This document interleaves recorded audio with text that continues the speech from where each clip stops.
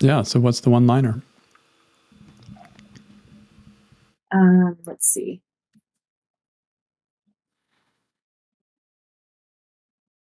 It's like somebody needs to do something about Mm-hmm. this. Okay. So let's use that situation of somebody disrupting the gathering or something. Mhm. Somebody has to do something. Um, so let's question it. Is it true? Someone has to do something.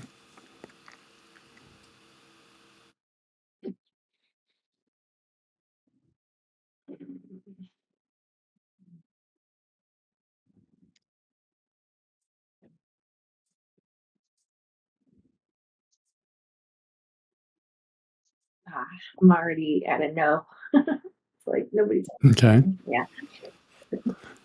So how do you react when you think someone has to do something in your situation? Yeah, there it is. That's the stress. It's just like overwhelm, and I'm looking around and I'm seeing other, I'm like making a face to my friend, and then like I'm looking around at other people like who's going to do something, and um my insides are like it's just this like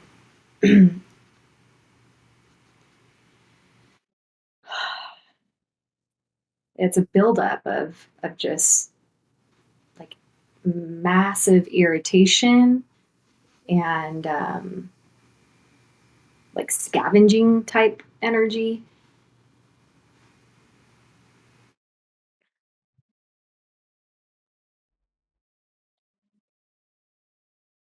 Yeah, and it keeps building. It's just like growing.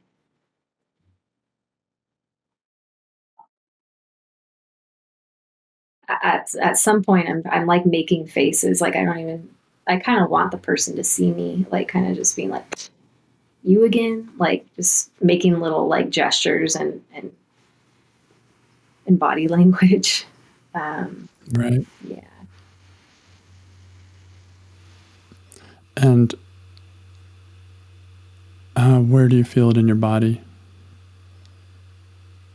yeah. It's like the center of it is like the high belly, like the like just below the chest. It rises all the way up into my throat and like down to like my like middle belly.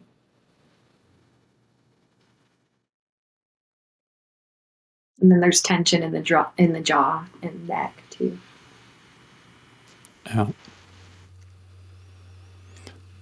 So this is how this thought affects you. When you have the thought somebody has to do something and you're in that situation and you're not sure what to do, then it's this kind of pressure or conflict in a way of not knowing what to do and having to do something, or not sure if you're the person to do it, but having to do something. Yeah, there's So, and it's like the past too, because this person was like doing this whole time, and then I already told them hmm, twice to the like to the people who are supposed to, you know, be in charge, I guess. And yeah, so then I'm like, I already snitched on them twice. Like, I don't want to be that lady. And then I'm like, they're just taking up all the time for. It was actually a Byron Katie event, but Byron Katie's like not doing anything about it. So I'm frustrated at her even. I'm like, why aren't you stopping this person from like barging in all the time and like hogging the space and um yeah, making it about in my stories like they needed attention. Yeah, so it was just like past, future all over the place. yeah, yeah. So, who would you be without the thought that somebody has to do something in that same situation?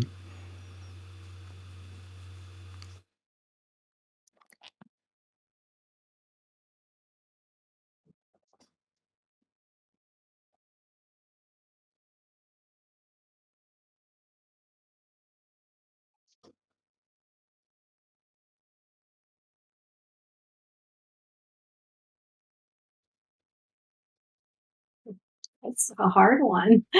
Mm-hmm. Like, who would you be if you weren't so attached to this idea that somebody has to do something? If you weren't so, needing that.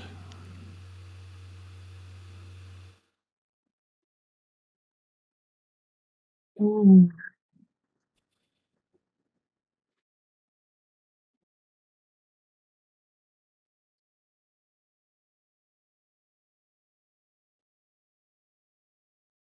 Yeah, there's like a softer, like under the layer of the high stress of that thought, underneath that, like what I'm trying to like almost get away from is just like a kind of like disappointment feeling, which is a softer emotion than the high irritation, stress, and like needing it to change. There's just like this this like mixture of like disappointment with acceptance of like, okay, like this is not, like there's a realization that I have an expectation of what something would look like, and the reality is different than that. And so in comes like this like kind of almost grief feeling of like, this is different than how I thought this would be. And then there's like, because there's acceptance with that, just okay, like here we are with this annoying person over here, and just like being present with it, being present with all of it, being present with the disappointment, and being present with like um, the fact that this is going on, and the people in charge, and including Byron Katie, are just like allowing it. So there's a trust on some level that like if this was really off the rails, then I trust Byron Katie that she would have stopped it. She didn't. So I have to, so then there's like this, okay, well, maybe this is how it is. Yeah. What do you see when you look at this person that's disrupting without your story that someone has to do something? What do you see?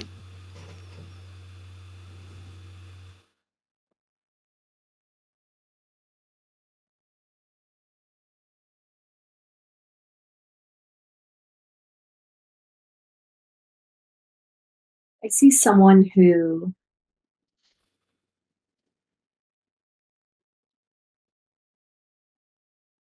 um,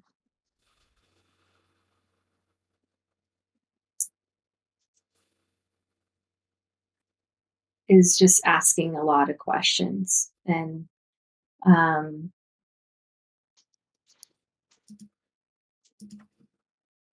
I I wonder, there's a curiosity, like it's like I wonder if this person, like I had heard that they were new to they didn't know who Byron Katie was up until the event, and then so it's like this curiosity, like I wonder if they're just like really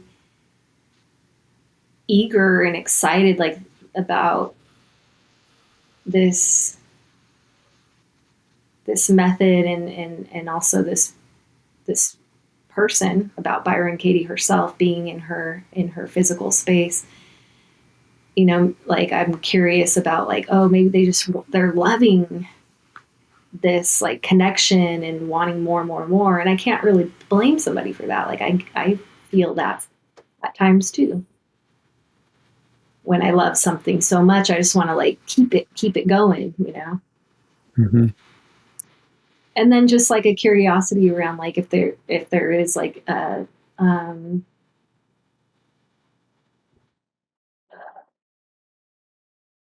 like this, like I had a story about this person having, and I don't know, it's probably true, but whatever. It's like this person is like there's like a marketing thing that they were like trying to get attention because of, for ulterior motives.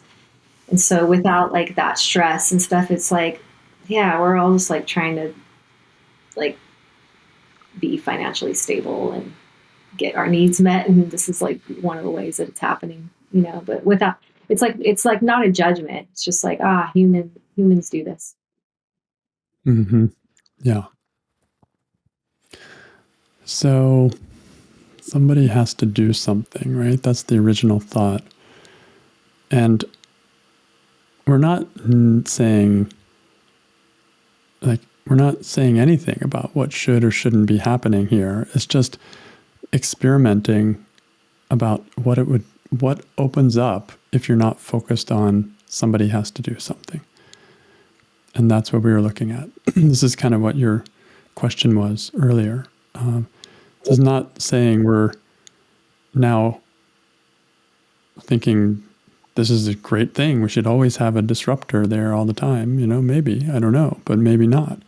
It has nothing to do with policy or anything like that. It's just, who would you be without the thought somebody has to do something? And what I'm hearing from you is there's an kind of an opening or a softening that's happening. Mm-hmm. Mm-hmm. That's all. Mm-hmm. That's all the work is about. That's all question 4 is about. How I see it, how I experience it. The doing, that's a whole other thing. We can look at that later. Mm-hmm. So now that we've seen how this thought affects us, someone has to do something, and how it gets you revved up and feeling at the same time frustrated and having to make faces and things, versus without the thought, someone has to do something, like more looking at that other person, what's going on, and seeing like a larger perspective somehow. Mm-hmm. So let's try turning the thought around. Like, let's look at an opposite and see if that could be as true. Somebody has to do something. What would be a turnaround? Mm-hmm.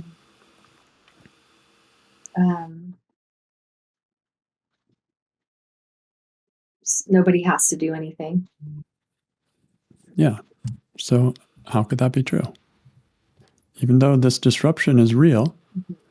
even though we're not denying it, is there any evidence that seems good to you that nobody has to do anything?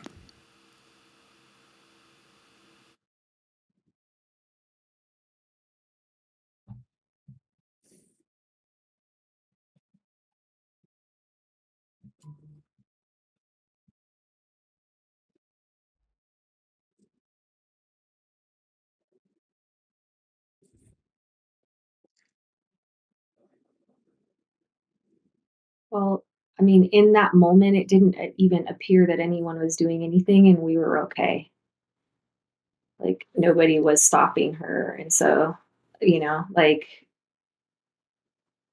um, the evidence is in front of me. Like, we're, we're not dying right now. Like, this isn't an emergency, you know, and we're okay. So nobody has to do anything. They don't, like, they didn't in that very moment that I'm in right now. And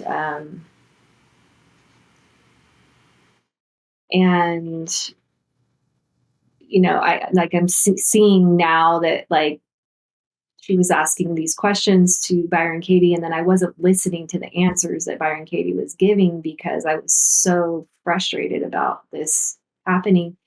So, you know, I nobody had to do anything. I could have probably still benefited from the things that the answers, the responses from Byron Katie, um, in the reality that nobody had to do anything. Yeah. In other words, there's a lot right there in that situation that is there to support you, there for the taking, that because you were focused on the thought somebody has to do something, you can't access. They're not available. So nobody has to do something, and no one has to do anything, because there's a lot of potentially good things going on there. Mm. Mm-hmm. Mm-hmm. And you may not even know what those are because the mind was so focused on that person, not that it shouldn't be disrupting, that it may not have even been aware of those possibilities. Yeah. I also love the first example you gave of just being like, we're okay. Like nothing bad is happening in a way. We're okay, even if this person's disrupting.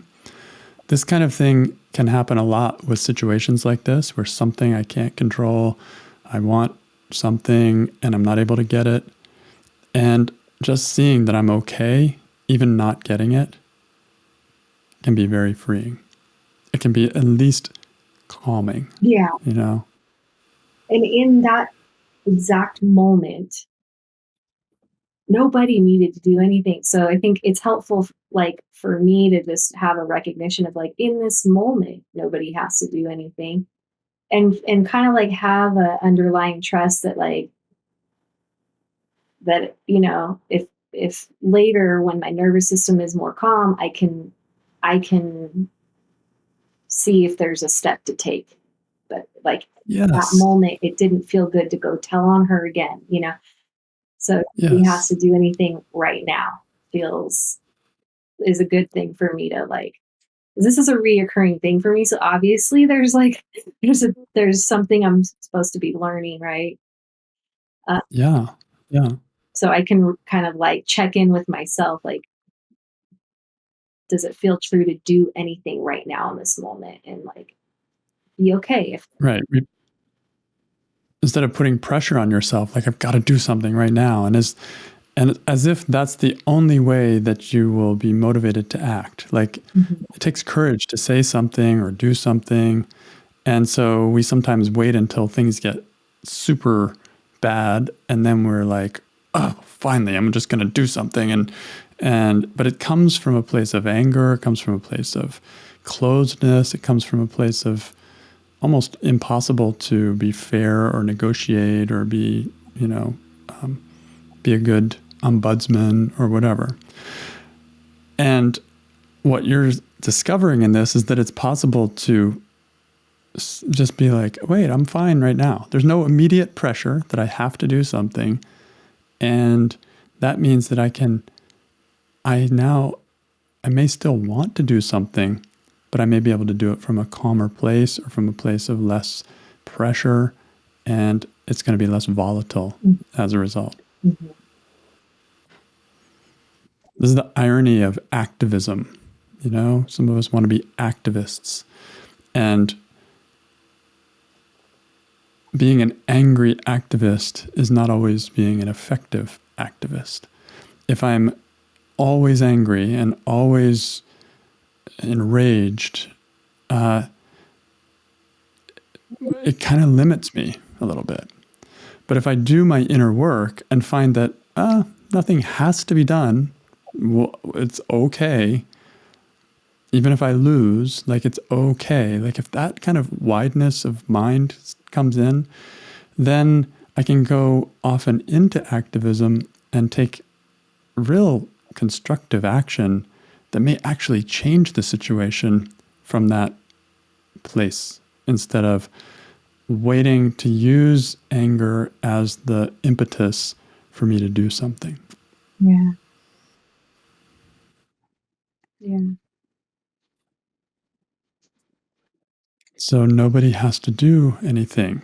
Doesn't mean that that's an absolute. It just means that brings in a side of the story that we weren't looking at. Somebody has to do something that may have some truth to it, but it's also true that nobody has to do anything. And when I have those together, I experience a more balanced place. It calms me down. It makes me feel like, oh, okay, well, it might be good to do something, but nobody has to do anything, right? It's going to be okay either way.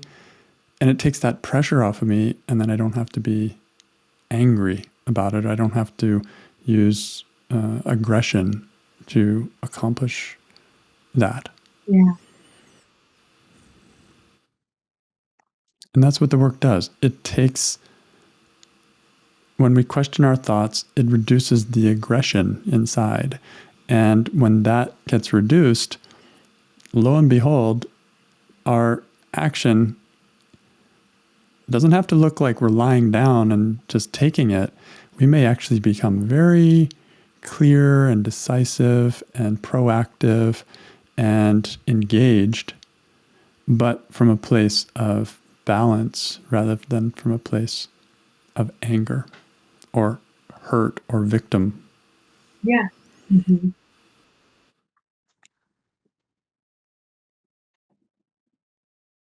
So, in fact, we kind of don't have a lot of time here, but there's another turnaround if you turn it to yourself that actually points in that direction. Somebody has to do something. What's the turnaround to the self?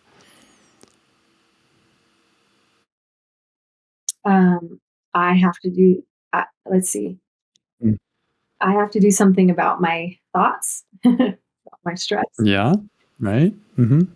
Like I have to do something, right? And then it can be about my thoughts or it can be about the environment. But the turnaround is actually saying, okay, if anybody's going to do something, I might be the one. I might need to be the one. Mm-hmm. Mm-hmm. But it's also true. So look at the thoughts, look at the actions. Where is it that you have to do something as opposed to somebody out there? Yeah. Yeah. And what came to me like right away was just like, I have to do something. I think first and foremost, like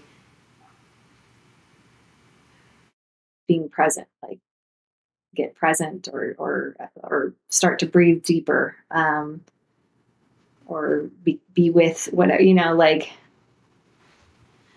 notice how much this is affecting you. Like there's something going in internal first was where my mind went. And then, yeah. And then